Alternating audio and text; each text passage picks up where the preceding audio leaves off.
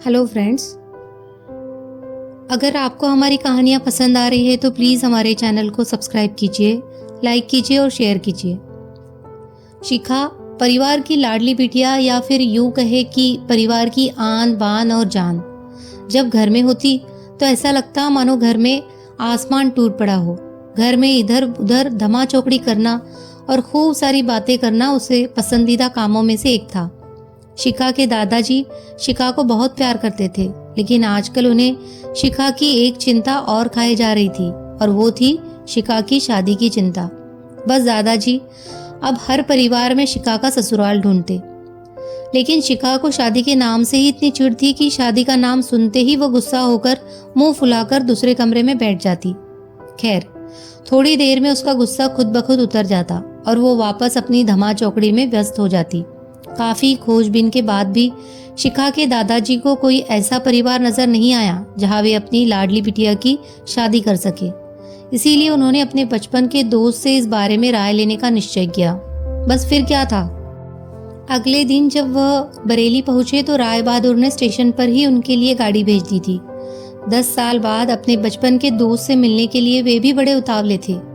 गाड़ी धीरे धीरे राय बहादुर के घर की ओर बढ़ी। बड़ा सा बंगलो के आगे बगीचा, गाड़ियां और नौकर चाकर देख दादाजी का मन खुशी से भर गया। इन 10 सालों में राय बहादुर ने कितनी तरक्की कर ली है। नहीं तो 10 साल पहले राय बहादुर के पास था ही क्या। बस यही सब सोचते सोचते शिखा के दादाजी अपने दोस्त के बंगले पहुंच गए।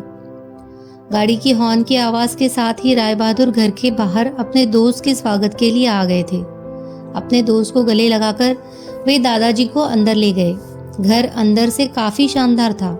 अपने दोस्त की संपन्नता को देख शिखा के दादाजी भी फूले न समाये। चाय नाश्ता के बाद राय बहादुर ने उनके खास दोस्त से आने का कोई खास कारण पूछा। दादाजी ने पोती की शादी के लिए एक अच्छा सा परिवार ढूंढने की काम सौंपते हुए बिटिया का फोटो राय बहादुर के हाथ में सौंप दिया। राय बहादुर भी अपने बेटे विक्रम के लिए एक सुयोग्य कन्या की तलाश में थे। तीखे नैन नक्श, चेहरे पर तेज और एक बार में ही किसी को पसंद आने वाली शिखा बिटिया की फोटो को देखकर ही उन्होंने शिखा को अपने घर की बहू बनाने का फैसला कर लिया। राय बहादुर इतना सोच ही रहे थे कि इतने में उनका बेटा विक्रम आ गया। विक्रम ने दादाजी के पैर छुए और हालचाल पूछने के बाद ऑफिस की ओर निकल गया। विक्रम के जाने के बाद राय बहादुर ने अपने दोस्त से विक्रम और शिखा के संबंध के लिए पेशकश की। शिखा के दादाजी को लगा जैसे राय बहादुर ने उनके मुंह की बात छीन ली हो। खैर, प्रसन्नता से विदा हो लेकर अपने घर आने का कहकर दादाजी अपने घर की ओर निकल गए। विक्रम को शिखा बहुत पसंद थी, लेकिन विक्रम की माँ विक्रम की शादी अपने से बड़े घर में करना चाहती थी। लेकिन विक्रम के मनाने पर वो मान गई और तय समय पर विक्रम और शिखा की शादी हो गई। ससुराल में शिखा के सास ससुर विक्रम के बड़े भैया भाभी और शिखा की ही उम्र की एक ननंद थी, रागिनी। अपनी सादगी और सबका अच्छे से ख्याल रखने के कारण शिखा ने घर में सबके दिलों में जगह बना ली, लेकिन अपनी तमाम कोशिशों के बावजूद अपनी सासू माँ का प्यार पाने में असफल रही। वह शिखा के हर काम में कुछ न कुछ गलती निकाल ही लेती थी। अपनी शादी की रात को ही विक्रम ने शिखा से साफ साफ कह दिया था कि घर के किसी भी मामले में मैं बिल्कुल नहीं बोलूंगा। ना तो मैं किसी बात पर माँ से बहस करूंगा और ना ही तुम्हारा साथ दूंगा। तुम्हें अपनी समझदारी से ही काम लेना होगा। लेकिन शिखा की लाख कोशिशों के बावजूद सासू माँ के व्यवहार में कोई परिवर्तन नहीं आ रहा था। शिखा की ननद जरूर उसकी माँ से शिखा भाभी के प्रति इस व्यवहार पर उलझ जाती, लेकिन इससे भी केवल बात बढ़ने के अलावा कुछ नहीं होता।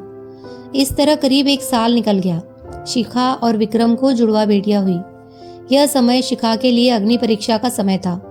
शिखा का दर्द शिखा के लिए आंसू बन गया था। ससुराल में शिखा को संभालने वाला कोई नहीं था और विक्रम और उनके पापा ने शिखा को अपने मायके भेजने के लिए पहले ही मना कर दिया था।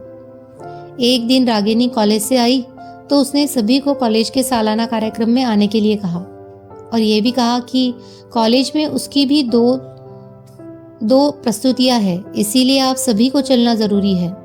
खैर, ना चाहते हुए भी शिखा को अपनी दोनों जुड़वा बेटियों के साथ रागिनी के कॉलेज जाना पड़ा। कार्यक्रम की शुरुआत में गीत संगीत की कई प्रस्तुतियां हुई।